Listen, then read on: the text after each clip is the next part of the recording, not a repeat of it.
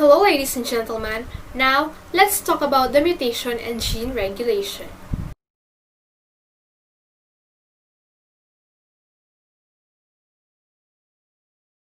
First, let's define mutations.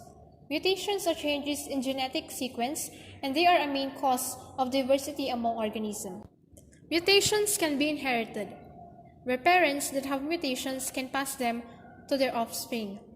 Germline mutations are present in every cell of an individual, including the egg or sperm used in the production of offspring. The de novo or new mutations occur by chance in one of a few egg or sperm, or just after fertilization, and are not present in every cell of a parent. This explains situations where a child has genetic disorder that is unseen in the family history. It is also acquired, where the environmental agents called mutagens can alter DNA. An example of a common mutagens are the UV wavelengths in sunlight associated with skin cancer.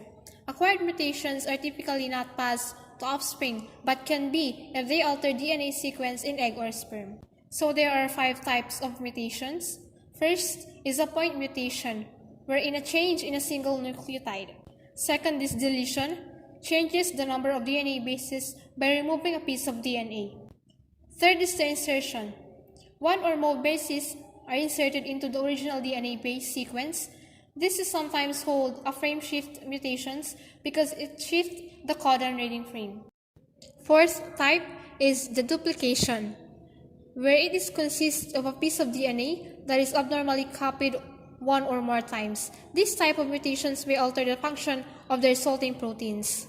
And lastly, the inversion, a type of mutation where a sequence of nucleotide in DNA is reversed. Our next topic is gene regulation. Gene regulation includes a wide range of mechanisms that are used by cells to increase or decrease the production of a specific gene production. Gene regulation can occur at various steps. The amount of products depends on, first, the rate of mRNA synthesis or the transcription, where it is the first step in gene regulation. It involves copying a gene's DNA sequence to make an RNA molecule. Second, mRNA degradation. Each mRNA differs in the rate at which they are translated into protein and the stability of the mRNA molecule. The longer lasting an mRNA molecule is, the more protein products that can be transcribed from the mRNA sequence. Third is the protein synthesis or translation, the process by which a protein is synthesized from the information contained in a molecule of messenger RNA.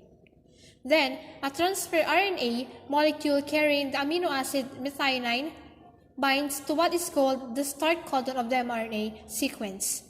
So here are the examples of gene regulation. Enzyme induction is a process in which a molecule induces the expression of an enzyme. The lack of operon is an interesting example of how gene expression can be regulated. Viruses, despite having only a few genes, possesses mechanisms to regulate their gene expression, typically into an early and late phase using collinear system regulated by anti-terminator or splicing modulators.